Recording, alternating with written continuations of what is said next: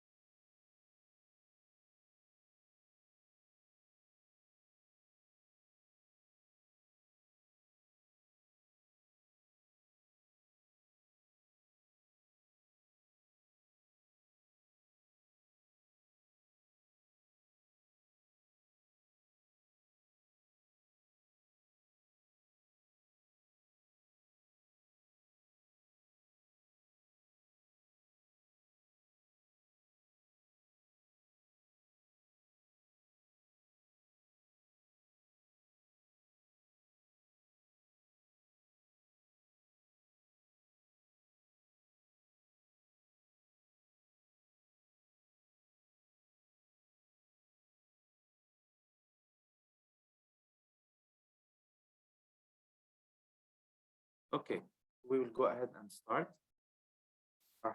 Dear respected ladies and gentlemen, Assalamu alaikum. Good day for all of you from around the world.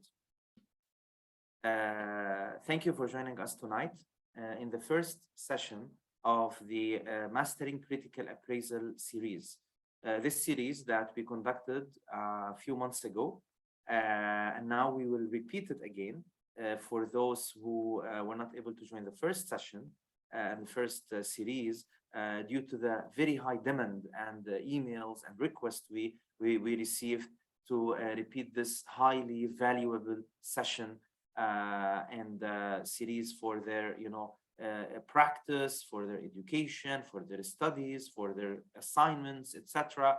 As we said always, whether you are a junior researcher, whether you are a healthcare professional, whether you are an educator, academician, you will need to always update yourself with the techniques of critically appraising those papers, because those scientific trials really are what make your practice more updated, more patient-centered, and at the end of the day we will improve patient care, okay, through preparing the new generation of pharmacists and healthcare professionals.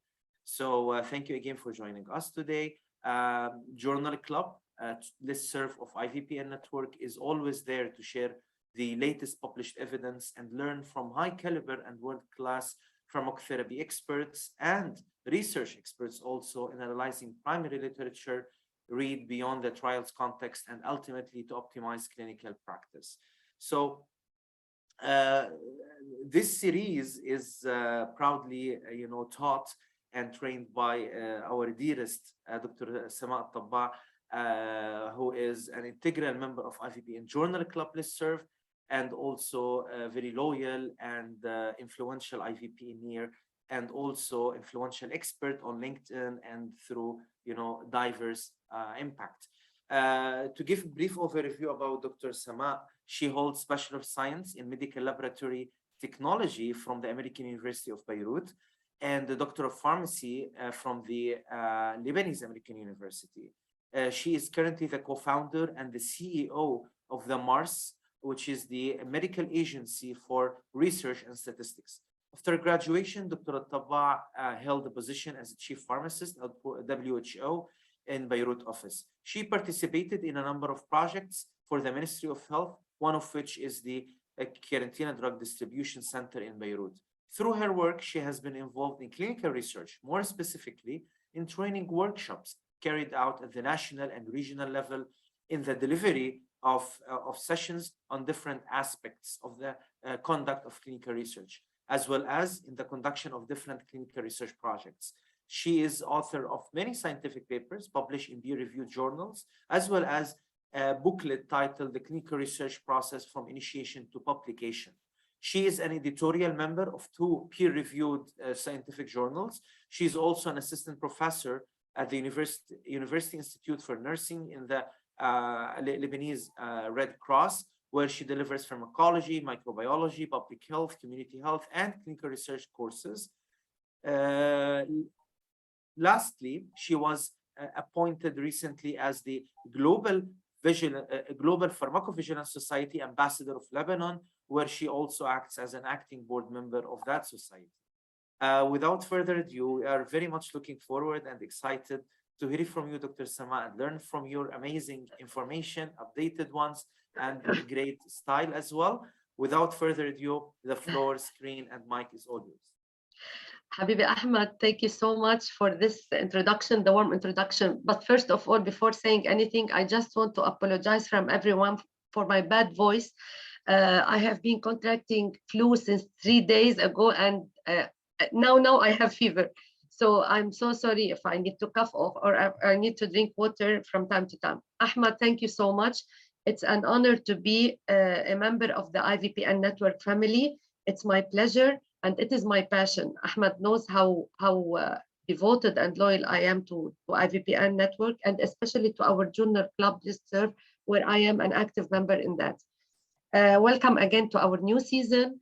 We are beginning this season with this series. We have 2 series actually, the editorial journal series, where we have delivered the first session of it. And now we are alternating between the series, the editorial journal series, and the Mastering Critical Appraisal series, okay? And this series contains many lectures, the first of which is randomized clinical trials, okay? In this series, we will deliver critical appraisal sessions regarding the randomized clinical trials, which is today. Then we will talk about the cohort studies, how to critically appraise them. After that, the case control studies, the cross-sectional studies, and then we will wrap up with the systematic reviews and meta-analysis. Critical appraisal is a very important topic because for many reasons. We will talk about them now in details. We will be talking about what is critical appraisal and why we critically appraise. Sometimes you attend sessions and they directly begin with getting you a paper and just appraising if it's a good source or a bad source. But the most important part is to know the importance of this step, because after many students, after they finish this session, they come to me and tell me, oh, it is a very lengthy process. We have to go through all that. It is a paper, we are reading it, we take the evidence from it. You have to know the advantages and disadvantages of critically appraising or not appraising a paper or a piece of evidence, okay? Key concepts of critical appraisal: it's not just like that you read a paper and you either like it or not, or you feel you like it or you feel you don't like it, or you're convinced or not. No, there are some concepts and some steps for that. And each study design, you have to critically appraise it in another way. I'm so sorry, I feel this is not my voice. It's totally different. So sorry for that. Then we will talk about the hierarchy of evidence. As you know, in research, we have many types of evidence, but we have the strongest as well as going down to the weakest. We will know each study design, where does it fall in this scientific evidence pyramid. We will then cover the randomized clinical trial design. Why? I will talk very briefly about the design, because if you want to criticize something, if you want to evaluate it, you have to understand it first, okay? When you understand its structure, then you can know where are the gaps, where is the bias, where is the flaw in this design, okay? And we'll talk then about what to appraise in a clinical trial. We will talk about the design. Okay, this is the design. What are the parts that you have to be careful with, and you have to look at in order to appraise? Or let me say, what are the weak points in each study design where we may have a flaw or a problem, and then there we can look for the weakness or strength scientific body piece. And then we will talk about critical appraisal checklist. Sometimes they tell me, okay, how can we know what to look for? There are scientists have worked all through the past time on checklists where it makes our life easier. If you want to go to the grocery shop, to the supermarket, you make a checklist. This is the same. They have, for every study design, a type of checklist where they guide you through the steps, and they tell you where to look, what to look at, and how to appraise it. Okay, and finally we will wrap up with a certain conclusion about our session. Okay, now what are the learning outcomes? In order to always to know if you will benefit from the session or not, or any other session, you have to look for the learning outcomes, and you will see that you will cover them all. We will understand the principles of critical appraisal, and as I told you, why we should undertake it. We will be able to appraise a published RCT and judge its reliability. Before beginning the session, I was chatting with Ahmed. I told him that this series, I usually deliver this series covering a critical appraisal of each study design type over 6 to 7 days. Each study design, I give it 1.5 days, where I cover the theoretical part, and then I give 6 to 5 papers. We really criticize them, and we as they say, بنشرحهم بالعربي, we anatomize them. Okay, so but don't forget that we are taking the whole science of this appraisal series in 1.5 hour webinars. So definitely you will not be experts in criticizing. It is an introduction for you, but you will be able to criticize. You will have the ABCs, and you will be able to tell if this body is okay or not. I can take it, the body of science, I can take it or not. Okay, you will be able to assess the relevance of published research to your own work. Is this piece of evidence or result relevant to my work? And to be very honest, this is the aim or the objective of reading any paper. If you are a practitioner, if you are a doctor, a student, in order to take this piece of evidence, you have to know if it's relevant or not. It can be applied to your practice or not. And finally, we will learn how to use the consort appraisal checklist, covering the validity results and relevance of any study. Okay. Now, what is critical appraisal? Sorry, why we critically appraise? Okay. It has been shown or published that there is no confidence in applying research findings into practice. Why? Because published research is not always reliable. Okay, not all research studies are of good quality, and many studies are biased and the results are untrue. Now, these are only sentences. Do I have evidence of what I'm saying? Yes. Over 40% in 19, there's no date here, okay? I think it is in 2000. This paper was published in 2000. Over 40% of trials published in major medical journals had minor to major flaws in their design. This paper was published in 2000, and they have done a research study, and they have reported that over 40% of trials, imagine, less than half, almost half of the clinical trials that were carried out, they had major or minor flaws in their design, which means that the results are not reliable. Again, in the last decade, there have been a huge number of publicized retractions in high-profile journals, and the number is increasing yearly. What is a retraction? A retraction is pulling out a paper from publication that is taking it out of the it's not being online anymore, and this means that the results are not correct. There is not correct results. Okay, so when a paper proves to be a false paper, a fake paper, the results are not correct. What do? They retract it from publication, and it is not online anymore. So in the last decade, a very large number of papers have been retracted, which means that later they discovered that the papers' results are of no scientific value. Imagine how many people have applied the results of these papers on their practice, and what impact did it have on people or patients. And this was in a study carried out by Kokol et al. In 2008. Okay, and failure of getting evidence from research into paper. Healthcare professionals, yes, they are failing to get the good evidence from research. June et al. In 1997 have reported that 75% of researchers, of students, cannot understand the statistics, and therefore they cannot know if this piece of evidence is a good one or a bad one. Moreover, 70% cannot critically appraise a research paper. Dunn et al. Have made a wonderful experiment.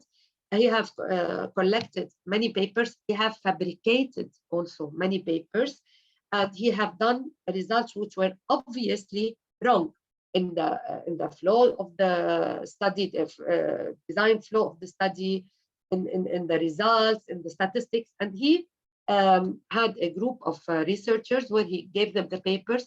Most of them, 70% of them, couldn't track the problem or couldn't track the flow in the design or the fake results. Okay, and they said, yes, it is a good paper. So imagine the percentage, the high percentage. So now the question, how can we tell whether a piece of research has been done properly? Okay, carried out properly, and that the information it reports is reliable and trustworthy. Okay, what do these two words mean? Reliable and trustworthy. We use them in everyday life. Okay, we say that you are a reliable person, you are a trustworthy person, but when we use words, it doesn't mean we really understand their meaning. Okay, now how can we decide? I will explain what is reliable and what is trustworthy. How can we decide what to believe when research on the same topic comes in contradictory conclusions? Sometimes the scientists carry out an experiment with the same objectives and almost 90% the same methodology, and they come with contradictory conclusions. Okay, what to believe, how to believe them, which one to take. Okay, this is where critical appraisal steps in. This is where, when you don't know if the source is reliable, trustworthy, when you have contradictory conclusions, it is better to have the critical appraisal process and to carry out this process in order to know which piece of evidence to take. And I want to say something. I always say it. Healthcare mistakes are very expensive. We are not bankers. We are not even engineers. Mistakes. If a building falls, it costs lives. What I mean is that we are not any profession. Okay, we are not carpenters. We are not any other profession. Any mistake is expensive. It may cost life. Okay. Now, critical appraisal. It is the process. When we say it is a process, always the word process means there are steps. Okay. It is the process of carefully and systematically. Carefully, it means that I am giving you this piece of paper or this article. You cannot come after 15 minutes and tell me, yes, it's a good article. Take your time. You have to take your time. You have to read it. You have to analyze it. You have to apply the science that you know. Okay. And systematic. Systematically meaning that by order. We cannot go to the conclusion and then to the results and jump to the methods and say, oh, the results are okay, and no, the statistics, the method. No, no, no. You have to go from the title till the reference list by order. Okay? What do you do going by order? Assessing the outcome of research, scientific research, meaning the evidence. Okay? To judge, you are the judge. You have to take it or leave it.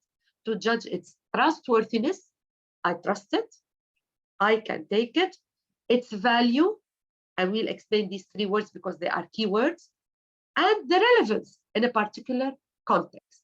Okay, let's go and see what do these three cornerstones of critical appraisal mean. But before that, if you have heard about the evidence-based medicine, evidence-based medicine is a very famous science where we practice according to evidence. Okay, we base our judgment on evidence. Okay, it is a process of 6 steps where we have a clinical problem. We get a clinical problem. We have this patient. He has this disease. We want to give him this. No, we have this patient and we want to treat him. This is the problem. Now, define the question. The question is that we have what is the dose that I want to give to this patient in order to treat his condition. This is the question. Now, the third step is searching, finding the evidence. Okay, I found the evidence. After I find the evidence, I don't decide and evaluate. I don't decide, meaning that decide on the dose according to the evidence and then I evaluate the result. No, there is a very important step here after finding the evidence, which is critical appraisal. When you go to the supermarket and you want to buy a can of tuna can, you have to take it, you have to appraise it, look at the expiry date, see the constituents, ingredients, if you are a dietitian, etc. After you appraise it, you decide you take it or not. When you take it, you eat it, and then you evaluate the result. Okay? So critical appraisal is it is a very important step in the evidence-based medicine. If you delete this step or if you do not carry it well, then you did nothing. Even if you got a very good evidence as you thought it is a good evidence, if you didn't appraise it, it may come out as a bad one. Okay? So, or a weak. We don't want to say good or bad. It is a weak or strong evidence. Okay? So this is critical appraisal. And as I told you, we are dealing with human life. So we have to be very sure about each piece of information we are using. Okay? Now, what are the concepts of critical appraisal, or what does it depend on? It depends on 3 cornerstones. Okay? 1 minute. I think I have a question. Oh, okay. We have 3 cornerstones of critical appraisal. The first one is validity. As you remember, I have, sorry, I'm very, very, very sorry today. I'm really sorry. Validity, if the piece of information or the source is valid, okay? Then we have relevance. If it's relevant, we will explain each one. And then if it's reliable, okay? So the 3 cornerstones for critical appraisal are validity, relevance, and reliability. What is validity? Validity in Arabic means salahiyya, okay?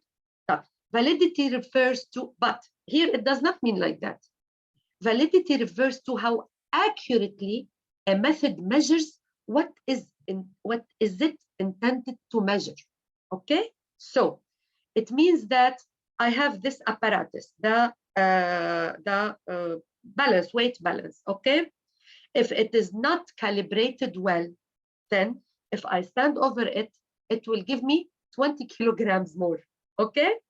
So it is supposed to accurately measure my weight, my real weight, okay? But if it doesn't measure my real weight because there is a flaw in it, then it is not valid. The same thing with thermometer, okay? The thermometer, if it is not working well, then it is not valid. It is not accurately measuring what I want to measure. I want to give another example. For those who watch the food cooking shows, Gordon Ramsay and the other ones. When they cook the meat, okay, they have a stick like that, which is they stick it inside the meat and they give you the temperature for the meat. And they have for each type of meat a temperature where they say it is well done, well cooked or not. Okay, this thermometer is designed for meat. Okay, you cannot take it and you can apply it to human body. You cannot put it in our mouth and expect it to measure our temperature. Okay, so how accurately a method measures what it is intended to measure, this is validity. And I will say in the example of the paper that I will give, how do we know the validity? Now, the validity, we have two types of validity to know if a paper is valid or not. We have the internal validity and we have the external validity. From the word, you can understand. Internal validity relates to how well a study is designed and conducted. Wait, before I tell you this, just a very brief word. When we carry out a clinical research, we define the research question, we make a literature review, then we refine the question, we make it more refined, and then what do? We decide about the objective of the study, definitely from the research question, and then we, according to the objective of the study, we put the study design. For example, if you want to measure risk of a certain disease, then of a certain medication, or yes, of a disease, you have to carry out a certain study design.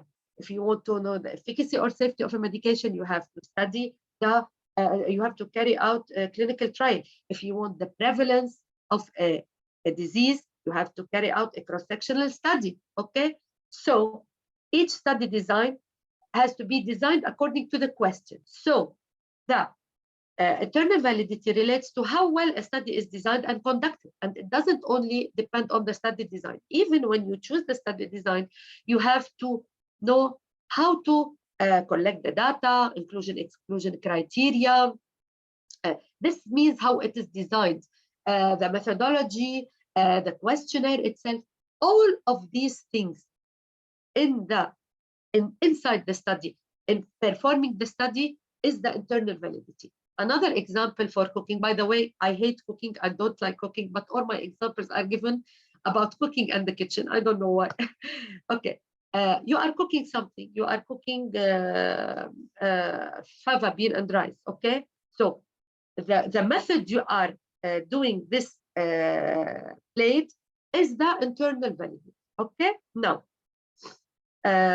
external validity relates to how applicable the findings are in the real world, meaning that after we carry out the study, after we have the results, how much these results sorry, can be generalized, can be applied to our community, are real and are mostly expressing the real thing that is happening in the community. Because again, as you know, in research, we do not take the whole population. We take a sample, and from the sample, we take the results and we inference, we generalize. So it relates how applicable are these findings in the real world, okay?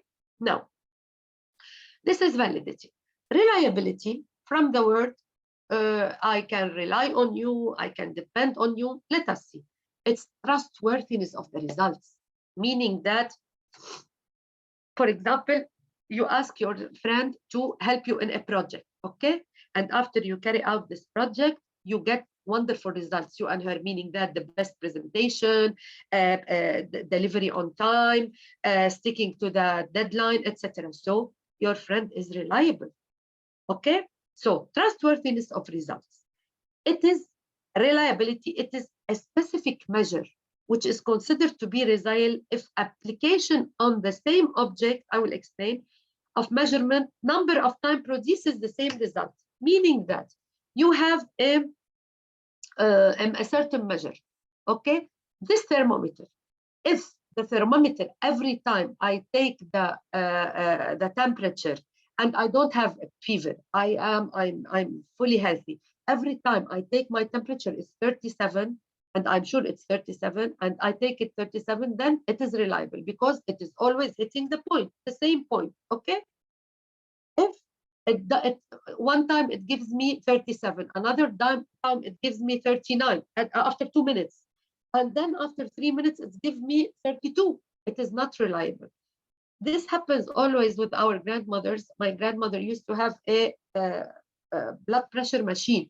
So every day, every time she takes her blood pressure, it gives her one time 17, one time 11. It's not logical. Her blood pressure cannot drop from 17 to 11, and she's not feeling anything. She's okay. So it is not reliable. And this is an example of reliability. For example, by the way, even if it is not hitting the target, meaning that your temperature is 39, okay? Your temperature is 39. And you take your temperature, it is 37. It gives you 37. It is wrong, but wait.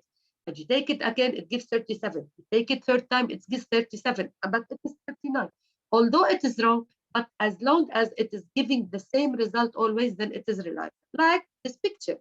This is a reliable result because it's always, no matter how much it's repeated, giving the same result, okay?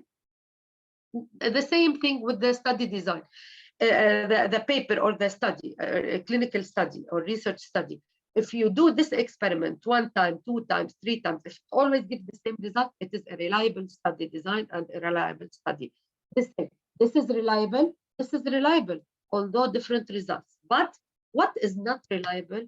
This is not reliable. Every time you are doing the study, it is hitting differently. It is giving different results. These are not reliable. This is reliable. Okay? Now, relevance. Relevance is very easy, and it is actually the easiest among all. The practical relevance of the research findings to practice. Okay? Meaning that, can the findings be applied locally in your own practice? For example, if I take a study and it is carried out on people in Africa for the age group, the results are for blood pressure medication, okay, antihypertensive. But my population is females who are 15 to 20 years old with hypertension, okay, and diabetes. But the study I am taking or appraising is on people from 40 to 50 years old in Africa who don't have any comorbidities and whose blood pressure is always stable, but they are trying this medication on them. Okay, but the results cannot be applied to my population. My population is different totally. So it is not relevant, okay? Or can you make use of these findings in your local practice? Sometimes it is not applicable. You cannot give it. For example, very, very simple. Medication is not available, or the medication to act, it needs another medication with it. So criticizing this body of evidence means that you cannot apply it. So it is not relevant, okay? Now, these are the key concepts of clinical critical appraisal: relevance, reliability, and validity, okay? We go to the hierarchy of evidence. I'm very sure most of you have seen this pyramid, which shows us the body of evidence, meaning that it goes from the weakest down, editorial and expert opinion. For example, does it work if I go to the doctor, to my colleague, another pharmacist, I tell her, what do you think? Shall we give this patient whose fever has been not dropping for 10 days, shall we increase the dose? She tells me, I feel like that, yes, in my opinion. This is a very weak evidence, okay? Now, we go to the case report, where the case report is a study on one patient only. One patient only cannot represent the whole population. So, if this medication works on one patient only, don't take it, or don't rely on case reports, because it works on only one person, okay? The case control study is a higher hierarchy where we take cases and controls and we go backward in time to see the evidence. The cohort studies is stronger. Why? Because in this one, the case control, we are going back in time, okay? So it is retrospective. We don't know if it which happened first, the disease or the risk factor, okay? But in the cohort studies, we have the risk factor and we follow the patients forward in time. If they develop the disease, I will have a stronger evidence that this risk factor caused this disease, okay? But on top of all are the randomized controlled trials, where these two, the cohort and the case control studies, are only observational. I'm not giving any intervention, okay? But to be more sure, here in the control random RCTs, randomized control studies, I am giving the medication, I am giving the intervention, and I am watching for the result. Okay, so I think this is not. I think it is the strongest evidence because there is a causality relationship, cause and effect. Okay, and then above all are the, sorry, there are, I don't know if you hear the voices, there are the sounds, fireworks, sorry. And the meta-analyses are on top of all, where it is the collection or the review of all papers on one topic, and getting the summary of all the results of on the same topic from all the papers. Okay, it is the top uppermost evidence. Okay, so we see that randomized control studies are on the top of on the second top of the pyramid, but are they really always reliable? Believe it or not, no. 40%, as we said, of clinical trials, they have flaws, and they have their bias. They are not a good source. Okay, so how can we know if they are a weak source or a bad source? Okay, now randomized clinical trial design. All of us need a certain refreshment for all the study designs. I hope one day, Ahmed, we can give them a session about study designs in detail. Okay, randomized clinical trials. Let us just have a quick look about that. First of all, we have a defined population. For example, we have 10,000 people. Okay, this is my population that I want to take from it a sample. Okay, so I have this defined population. I assess them for eligibility, meaning that I have inclusion-exclusion criteria. From the 10,000, I take who are included in the study. I make, I bring them to my clinic and I see who are included, who are not included. Inclusion-exclusion criteria, who are eligible to be in the study according to my inclusion criteria, who are not eligible. I decide on a group of these. For example, from the 10,000, I take 5,000, okay, which are only applicable according to my inclusion criteria. These 5,000, I have to randomize them. I have to split them into two groups. The group which is the interventional group and the other group which is the control group, because this is the, by the way, this is a very basic design of the clinical trials. We have other designs. We have the crossover design, the parallel design, we have the factorial design, many designs, but that is the basic, simplest form of clinical trials. We have the intervention group, we have the control.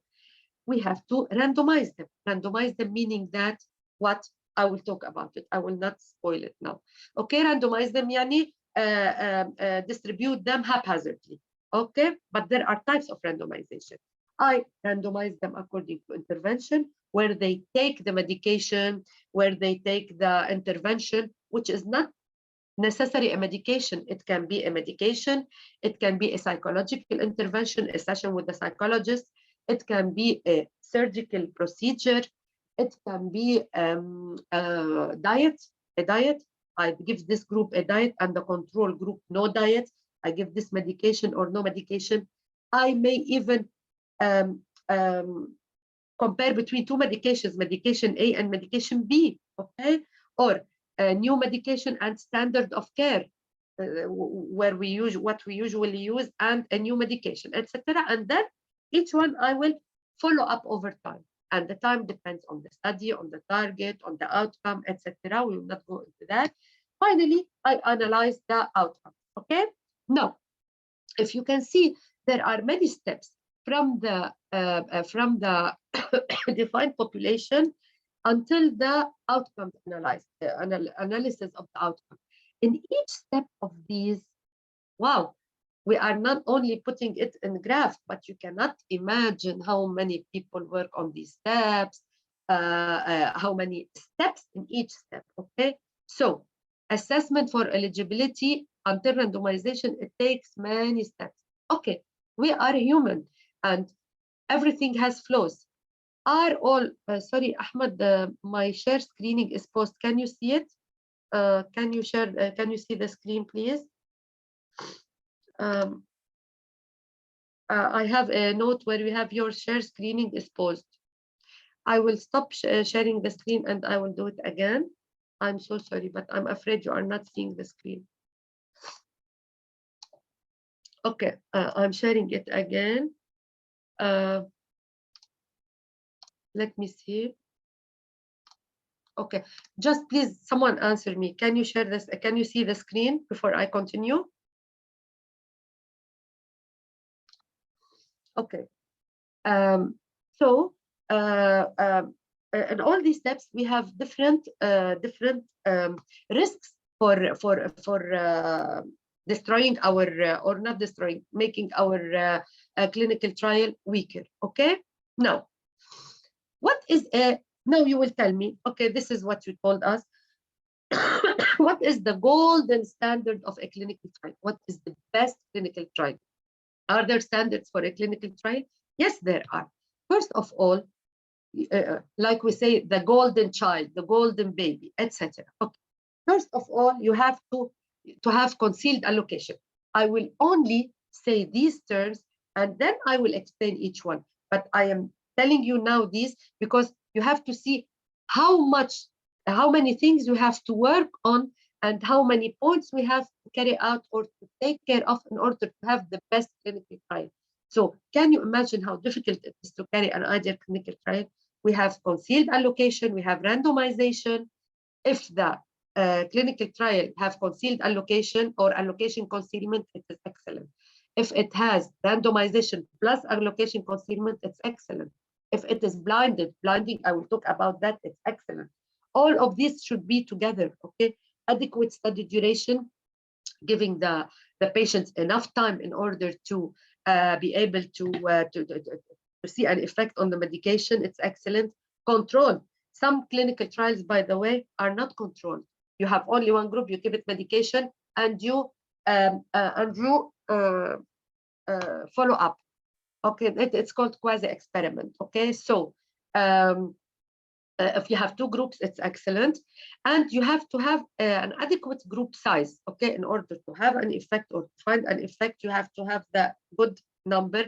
And this is sample size calculation, we'll talk about it. And finally, the study groups must be well matched at baseline. For example, you cannot get the first group, for example, you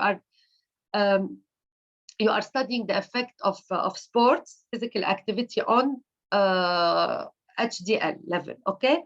You cannot get group one, the intervention group, youngsters who are 17 years old, and the control group, old people, 60 years old. Definitely there is a bias in the age. So they have to be well matched regarding the gender, almost equal number of males and females, age groups, they are similar, even the occupations, the occupation, etc., everything. Okay, so this is the golden standard for a clinical trial.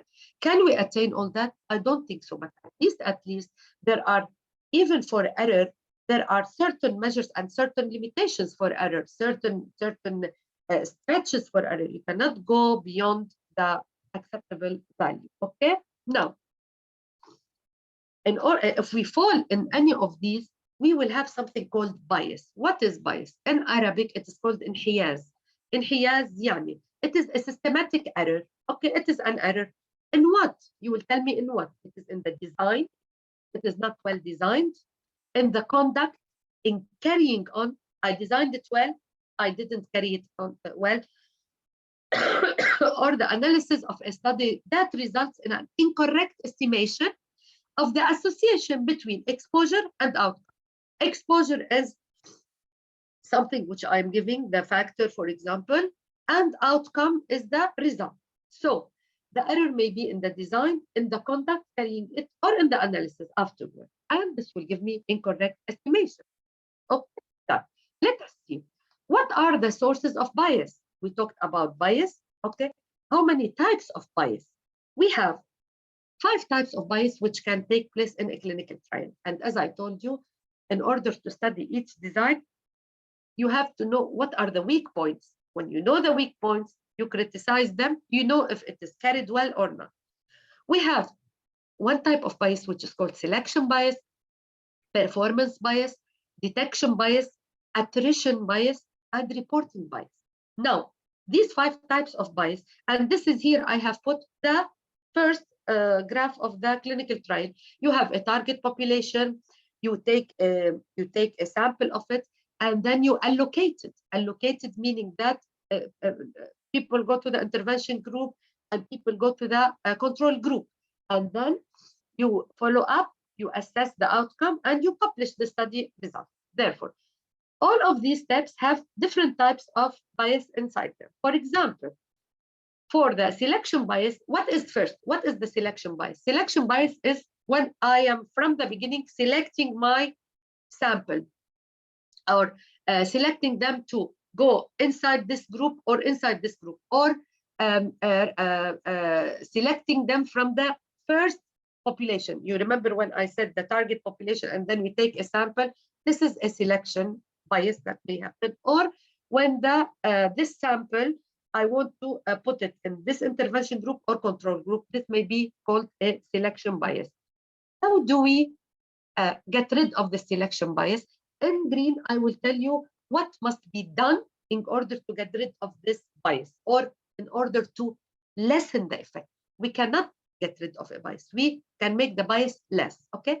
We do random sequence generation, meaning that we can take from the population or the whole population in Lebanon, random generation from the computer. We can put numbers from alphabetical order. Every 2 letters I take a letter, or every 2 names I take a name.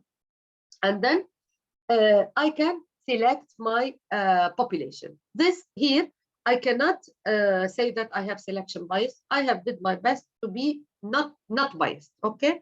Now, sorry. The random sequence generation, as I said, occurs at the start of the study and determines a random order of assigning people into intervention or control, okay?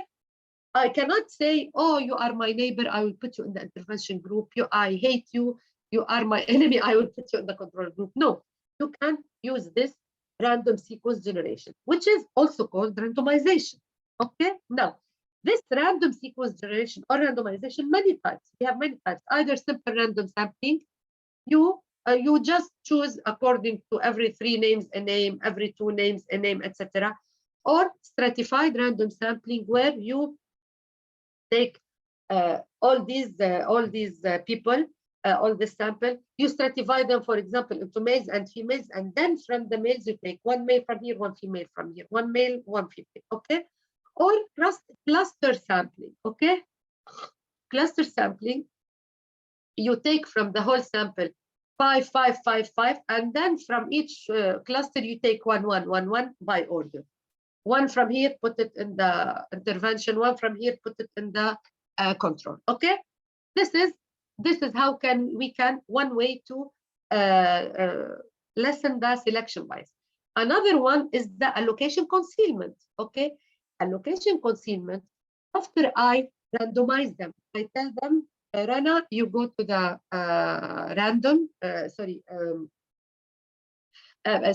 I allocate her. Rana will go to the random to the intervention group, and Nada will go to the control group. I decide. Allocation concealment, I do not tell them.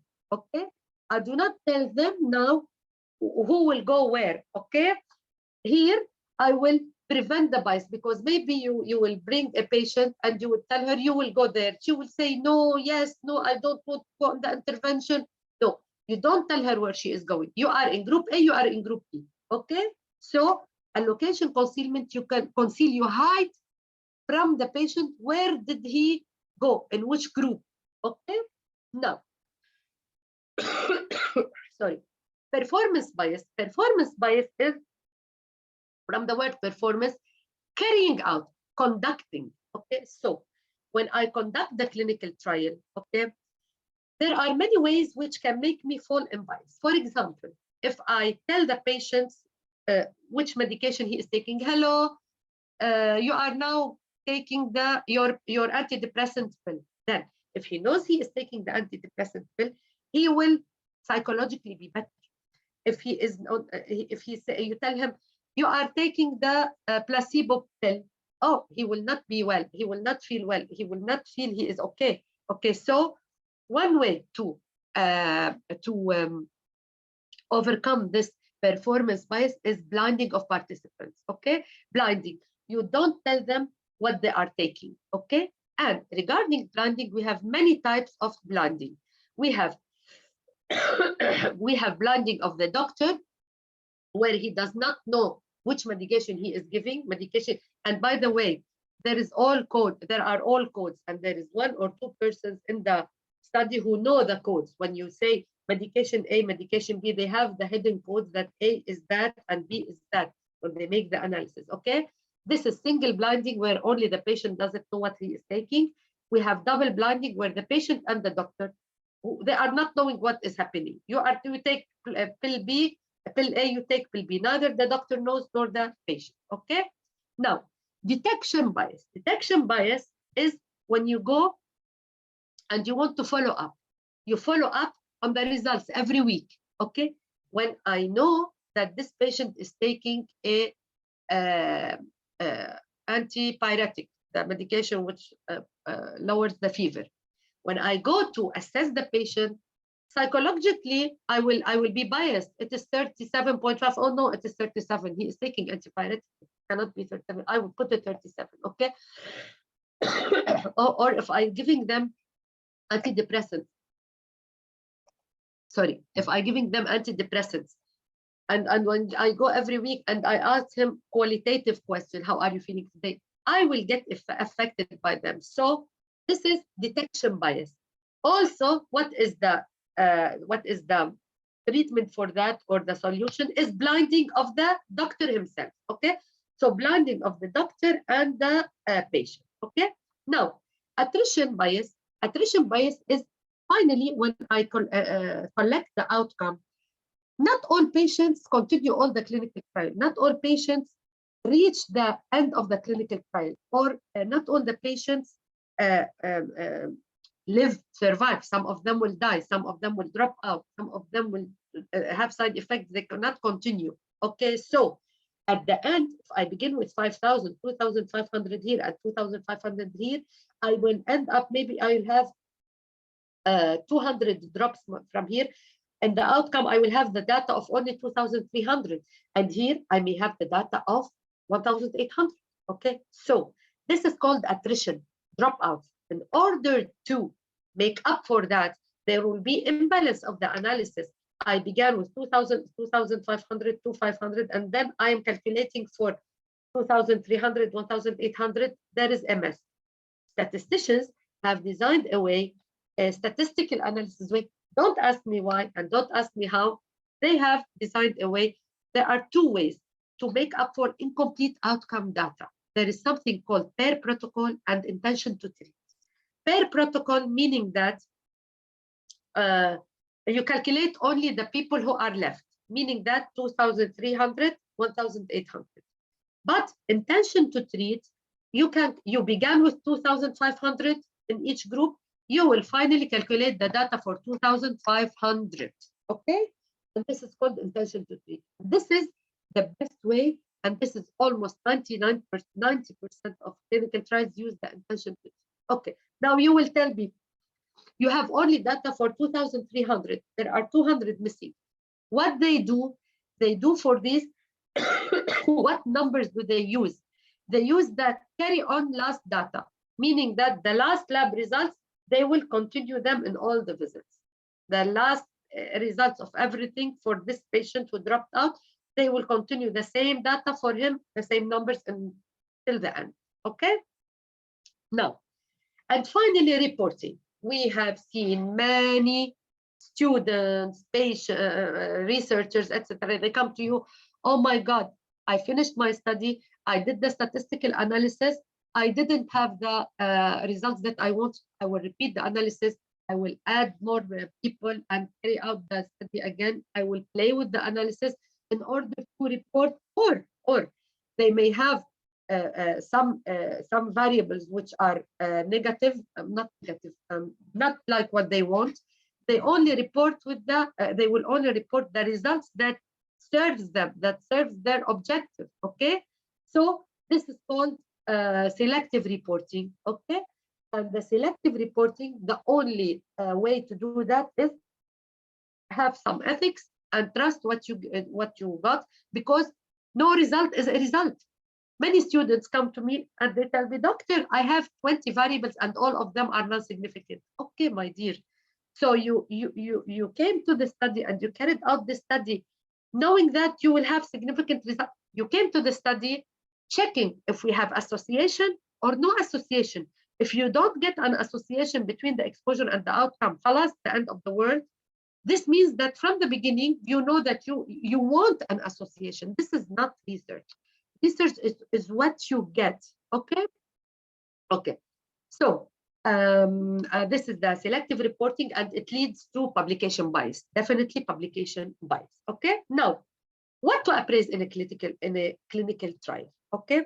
Before that, let us see the structure of a scientific article, a clinical trial scientific article, and we are almost at the last part of our. I'm very sorry. I'm very sorry for the flu.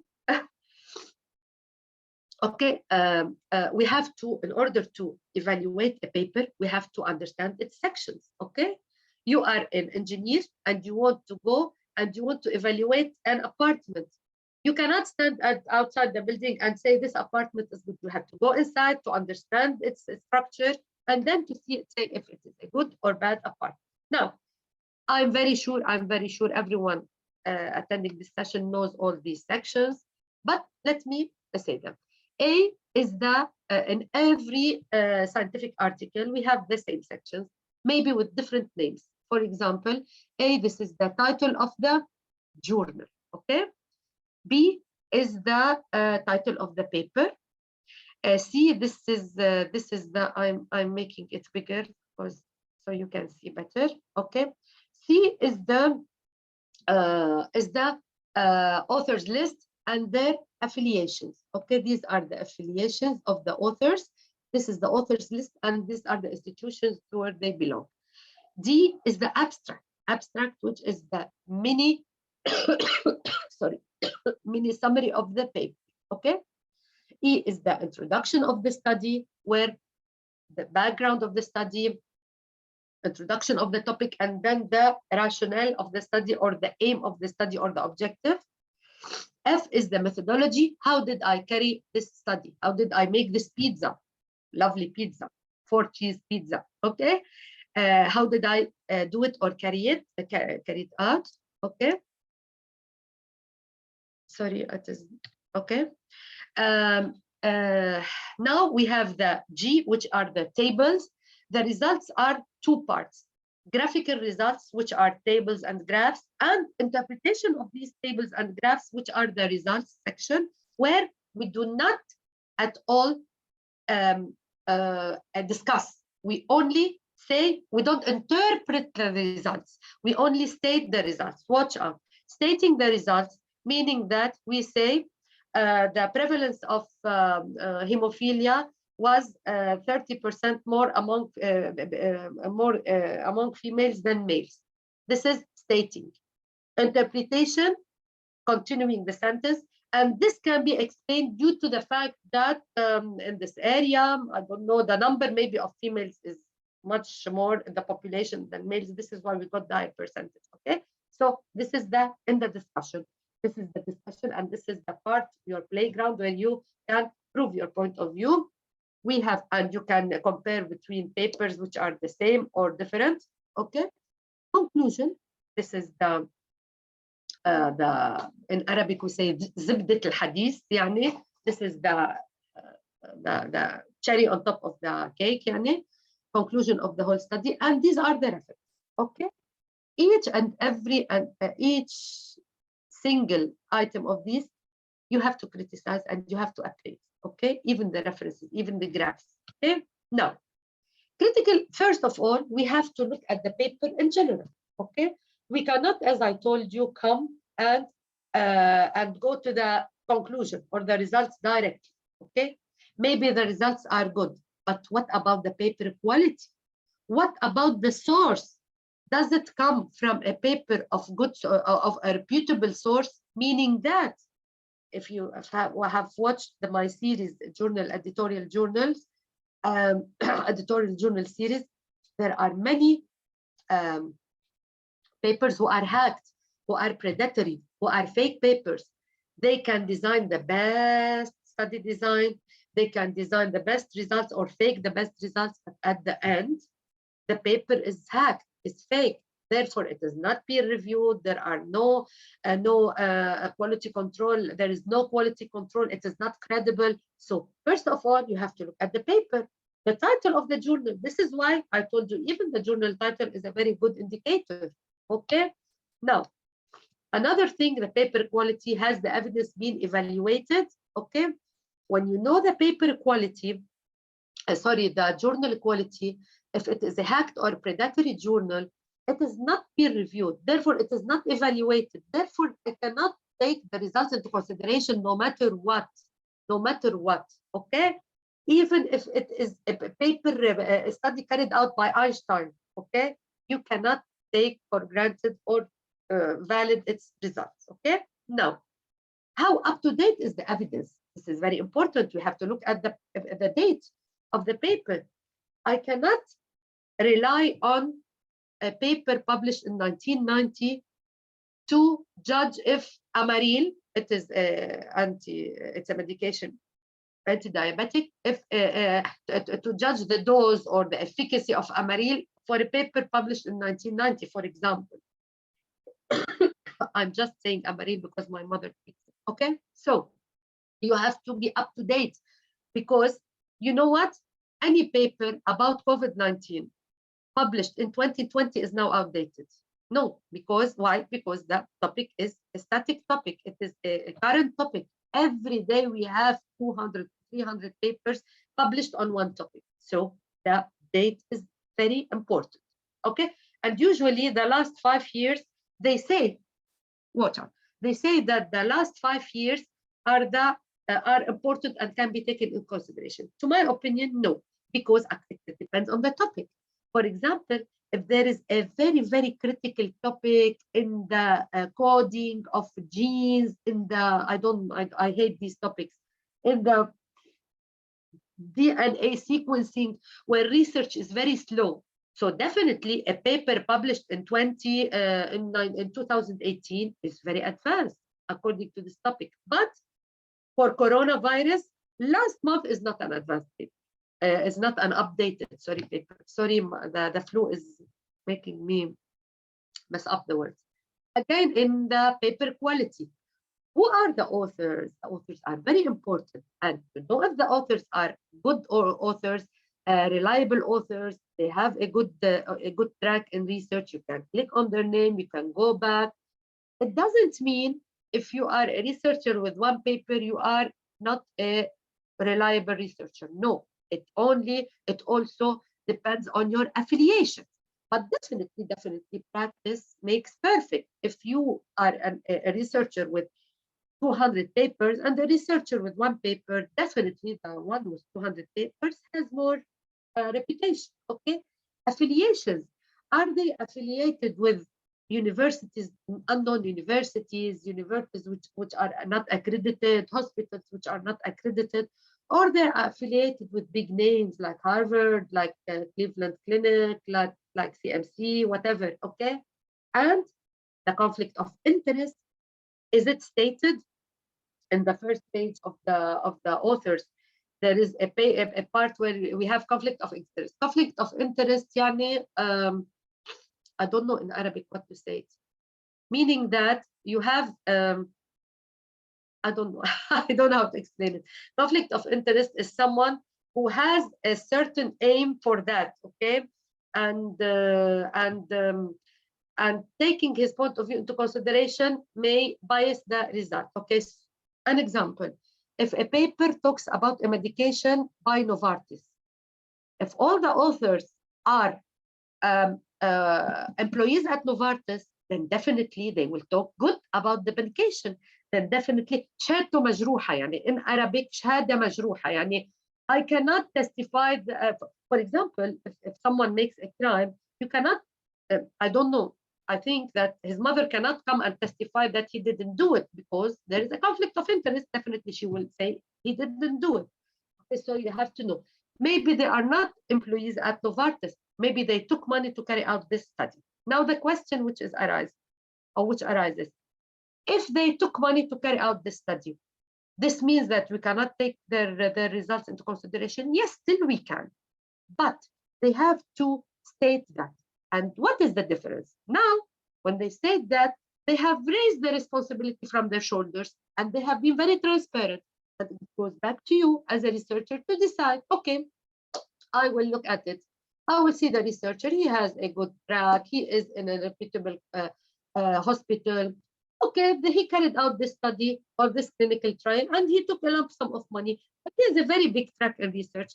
I will not take this into, I will not make a big deal of that, okay? Because he stated that, okay? So it goes back to تضارب مصالح. Thank you so much. Someone called anonymous attendee said conflict of interest, تضارب مصالح. This is the word, okay? Thank you.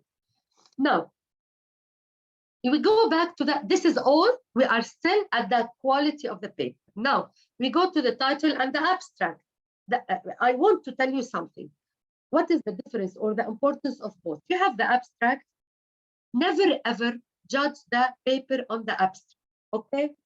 Why? Because sometimes the abstract doesn't put or doesn't state the whole story. Maybe because it is so much summarized, it is so concise. You will read it, you will think, oh, the method is so flow, the method is so simple. It's not, I'm not convinced about the method. Go on the paper and read it. So don't depend on the abstract. The title also don't depend on the title, but if you want to read the title, you have to, the title helps you to not to say if the paper is weak or strong evidence. The title helps you to decide if this is the paper for you. If the title contains the PICO elements, look at the title. The PICO elements are the population stated. Is it stated in the title? The intervention, the comparison group, or the outcome. If these elements, I cannot explain them now because we still don't have so much time, only 20 minutes, but maybe in other sessions, go back to them and see the PICO elements for those who do not know. Okay, if the title is a self-explanatory, well-explained title, then I will show you examples about all these. I have an application on a paper. Okay, so you see the difference between the abstract and the title. Now, the introduction. Are references used in the introduction up to date? Imagine someone coming now and talking about diabetes, okay? And then telling us in the introduction, the percentage of diabetes in Lebanon is 1.5%, the prevalence. Oh my God. This data is from 1990. The prevalence is much higher, okay? So it is misleading. So in the introduction, if the references are up to date, you know that it is a fresh paper. It is a paper depending on information which is up to date. As long as it is up to date, it means that everything is updated in this paper, which means that it is up to the level of info that I want to look for. Okay. Now, are the primary and secondary outcomes or the objectives stated clearly? The most important thing about in life is knowing your objective. If you don't know your objectives, you are a lost person. When you go to the university, they tell you, write a paragraph. What is your objective for studying this major? Why are you applying to this major? Why? Because people who know their objectives, who know what do they want, are on the right track. And the paper from the beginning, if the objectives are stated properly and in coordination with the title, okay, and the methodology, you know that this is a well-designed paper, a well-carried out paper, because if the objectives are clear, the study design is clear, okay? Now, if you look at this paper, now we will begin with examples. At the end, always the objective, I'm so sorry. I'm so sorry. The objective is stated at the end of the introduction, okay? Always. And watch out, there are primary objectives and secondary objectives. Always the primary objective is one objective, and the secondary objective is the branches of the primary objective, okay?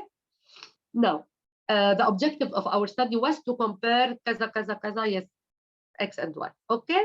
Now, the primary outcome, they may call it objective or outcome. You have to see the primary outcome was a comparison of secondary outcomes analyzed, including X, Y, and Z.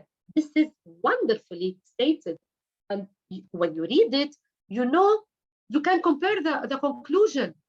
Did they, the objective, primary and secondary, at the end, it was verified, it was proved, they reached the end result that they wanted. That's okay. If I have the beginning at the end, I will be 80% or 70% sure that in the middle is is carried well. Okay. Now you go to the methods section. This is the introduction. The introduction, I said the background, the references, and the objective, primary and secondary. Now the methods. Is the study design valid for the question? This is very important, very, very, very important. For example, look at these very nice tables. If you want to know the burden of illness, for example, the prevalence or incidence, there is a difference. Wait, the prevalence is all the old cases till now. For example, today in Lebanon, the prevalence of coronavirus or cholera, alhamdulillah, we have cholera, 500 people until now, the cumulative number. The incidence are the new cases. So if I want to calculate the prevalence, I will carry a cross-sectional study. If I want to calculate the incidence, the cohort study, because I have the risk factor and the disease will develop. If the disease develop a new case, this is an incidence, okay? So if I want to check for causation, risk or prognosis, the causation, yani cause, effect, I go to case control study. I have the lung cancer, I go back in time, I see what caused it, okay? If I want to check the risk, if I want to check the risk, I go to the cohort study. The cohort study is I have the risk factor, for example, smoke, cigarettes. I will check if they will develop lung cancer, so this is the risk. Prognosis, if it's good or bad, I will carry out randomized clinical trials. So these are the types of questions. Treatment efficacy, RCTs also. Diagnostic test evaluation, we have 2 tests, RCTs. Cost effectiveness, is this medication more cost effective than that? We carry randomized clinical trials, okay? Now, so from the methodology, you have to know if the study design, you will look for the objective or the primary objective, secondary, and you look which study design they chose, okay? Now, we go to the methods also. Are the inclusion-exclusion criteria stated, or they just said we collected 250 patients? They should state what is the eligibility criteria, and you have to be clever. For example, if they are studying the effect of a hypertensive medication, and in the exclusion criteria, they didn't exclude people on dialysis, this is a wrong thing, or it is a flaw. It will hit really the study design, okay? So you are scientists, you should know what we are studying and what should be excluded or not, okay? This is in the methodology. For example, if we look at the methods, eligible women were aged 18 to 59 years, premenopausal or perimenopausal, etc. Okay, H positive, HER2 negative, etc. Okay. Now, this is the eligibility, inclusion criteria. Now, exclusion criteria, patients who have received previous treatment with an inhibitor of CDK4 were not eligible. Okay. Now, these patients, sorry, I'm putting the laptop charger. I'm sorry, I'm putting the laptop charger. Patients who have received previous treatment with an inhibitor were not eligible. Okay. This is according to what? If I read it like that, it is a wrong or correct statement. I cannot judge. I have to see the objective of the study. Okay. So it's all linked together. Patients were excluded if they had inflammatory breast cancer. Okay, so you see, this is a good study, and all of these are exclusions. Okay, all of these are exclusions, but I will not read them definitely. Now, this is all where in the methodology section, and the most important thing is you have to know where to look for what. Okay, now the sample size, is it a good sample size? I want to tell you something. A weak paper is a paper with a small sample size or non-random sample. For example, they took 20 patients from this hospital and this ward and this floor. No. And a large sample size is a good indication. A random sample is a good indication. Okay, so the sample size, and how will you know if it is a good or bad? Or they did the sample size calculation? I will show you. They will say that according to sample size calculation, we calculated X and Y. Okay, now are baseline variables equal? Meaning that if you look, as I told you, you cannot get a study about education or about I don't know what. I don't have an example now, and get 250 females and 50 males. The bias may be in the gender. Okay, so if you see, even in the race, they have almost equal numbers, and 187 to 01, it's okay. 39, 28, 10, 9.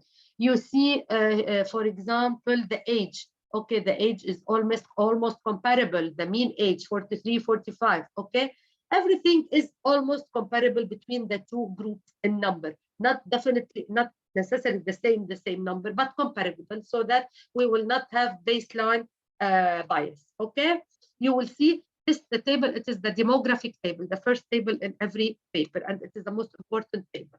Now, in the methods, you will look, did they do allocation concealment? Did they say we did allocation concealment and we did not tell the patients what they are taking? Did they do randomization blinding? Let us check. Okay, now where we shall look for all that? Where we shall look for all that? Yes, the sentence is correct. The fever is hitting. The methods. Okay, now randomization and masking. Patients were randomly assigned 1-to-1, the oral, etc. Now, randomization was stratified. Wow, much better, by the presence of liver.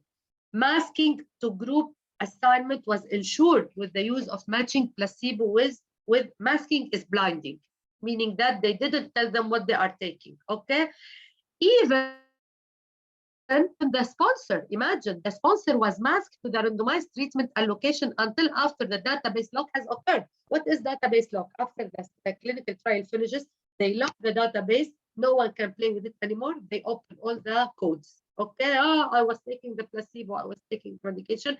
Even the sponsor. This is one of the papers. Okay, the most important papers. Okay, so now, was the statistical analysis clearly described? Did they say what methods or what are the tests that they used? Wow! Look at all this explanation in the paper. Okay, they in details they have talked about the statistical analysis. Here they talked about randomization. Randomization falls under statistical analysis. Okay, they say that analysis comprising all randomized patients. So they were randomized. Now, intention to treat, pair the intention to treat. Wow. The intention to treat for what? For attrition bias, the loss out of people. Okay. Some died, some dropped out, etc. Test type. What type? They used a log rank test certified by the certification criteria. Okay. Power of the study. The power of a study, meaning that the estimated effect that they will get, okay? And this will help them in calculating the sample size. For example, they always depend on 95% power for the study, okay? This is pure statistics, okay? But they have said that we estimated that 329 events of disease or death would provide 95 power, meaning that when they reach 329 events which are death or cure, the study reached 95% of its power, then we will get results, we can stop the study. This is how they define the duration of a clinical trial. You cannot say, and they expect, in the protocol they write the expected duration for the clinical trial is 5 years. We don't know. It is expected only, but it's calculated on that. Sample size calculation, it is calculated, was calculated with software, etc. I will not read, okay? Now, we have here the, the confidence interval, 95% confidence interval. I don't have time to talk about them. Level of significance. So can you imagine how detailed is that? We are almost done, by the way. I know Ahmed is going to kill me, but I'm still on time, Ahmed. Okay, he tells me you talk too much. Okay, now the appraisal. Another thing in the methods now is that we talked about all these statistical analysis part. Now, is the clinical trial registered? Clinical trials should be registered. Why? Before beginning any clinical trial, you have to go to the clinicaltrials.gov and you have to register it and update the results regularly. Why? Because you are dealing with human lives and you are intervening and you are giving them medications or etc. interventions. So sometimes it is not okay if you want to play with the data. When you register it, you say, I began with this number of patients, I will do this, I will do that. You are recording everything you are saying. If it is not registered, it is not reliable. And you see here, Mona Lisa is registered with clinicaltrials.gov under this number. Wow, this is wonderful. It is reliable. Okay, now, also on the methods, have the research received ethical approval via the ethics committee? Ethics is very important in order for the safety of the patients. Once you know that it got ethical approval from the IRB, it means that the study went over many reviews before conducting it, the methodology, okay, the proposal. So I am very sure that it is a good study.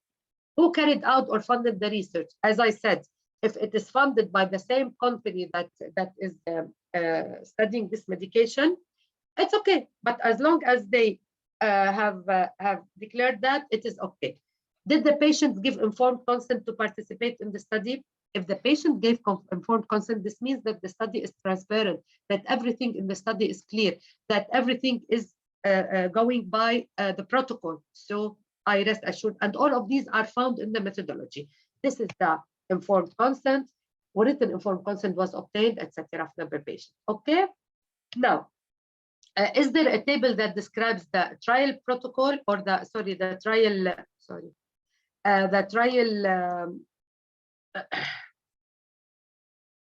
I cannot. Okay, the trial. Profile. Because my picture is coming on the slides. Okay, the trial profile. Yes, this is very important because it gives so much transparency. Although the study was carried out according to an intention to treat, but it is nice to show you the percentage of those who dropped out. Okay, and it's up to you to judge. Okay, here we began with 672, 335, 337, and they calculated 335 included in the analysis, 337, which means intention to treat. Okay, and they showed up, and the very important thing is they show you the type of dropout. For example, 122 progression, the disease progressed, dropped out due to this. 161 discontinued the treatment. Okay, we can judge. Okay, and finally, not finally, one thing before finally, the results. Are the results statistically significant and large difference between groups? As I told you, it is not an indication. If they are not statistically significant, it is okay, it is good, it is a result.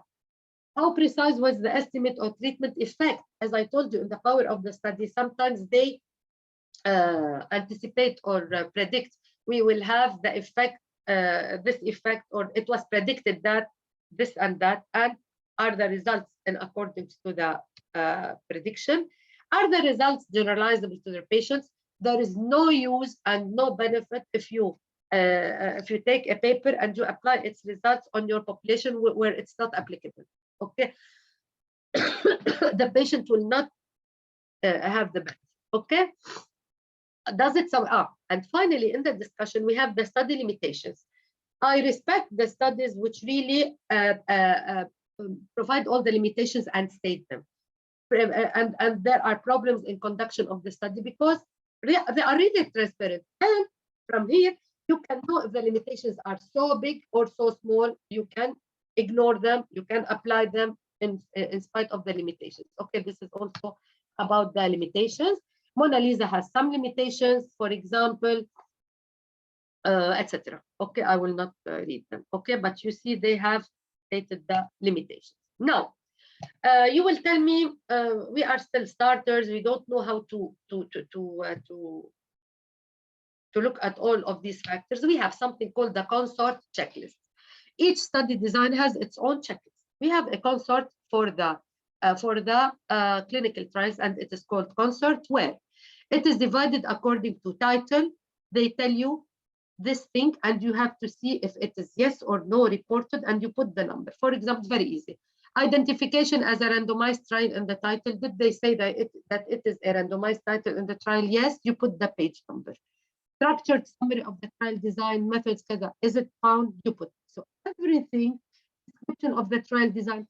Here they are giving you hints to what to look at and what not to look at. Okay, and it is divided according to the sections, results, discussion. In each part, even the other information, registration number, and name of trial, yes. Where the full trial protocol can be assessed if available, etc. Okay, funding, you will not miss anything.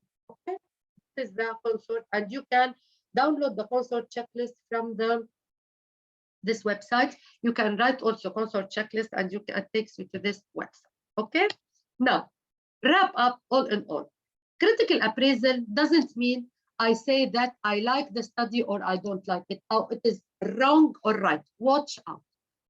Unless it is fake or fabricated, okay, it is wrong. But if it is an honest study, transparent study, it can be either excellent or poor, weak or strong. But we cannot say it is wrong or right unless I told you it is fabricated. Sorry. Now, the take-home message: critical appraisal is not negative dismissal of a piece of paper. It is not I want to tear out this paper. It is either I take it or leave it. It is either good. It is either weak or poor. I only tear it away if it is fake or fabricated. Okay. Critical appraisal is not to be undertaken by expert researchers only. My students, first year university nursing students, they are critically appraising papers beautifully. Okay, you can beautifully do it, and it comes by practice. Critical appraisal is a balanced assessment of the strengths and weaknesses. The more the strengths are, the better the paper, the stronger the evidence, the less the weaknesses, the more the weaknesses, the poorer the evidence. Okay.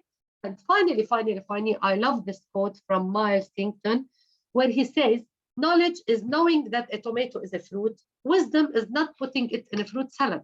Now, we know that we have to critically appraise a paper. Knowledge is knowing that we critically appraise them, and the wisdom is to critically appraise paper and not only take the results as okay. This is the end of our session. You are welcome with any questions. And I'm so sorry for my bad health and state. Thank you very much, Dr. Sama. I am on time, ya Ahmed. You should give me an honor. You will get +1, no? Thank you very much.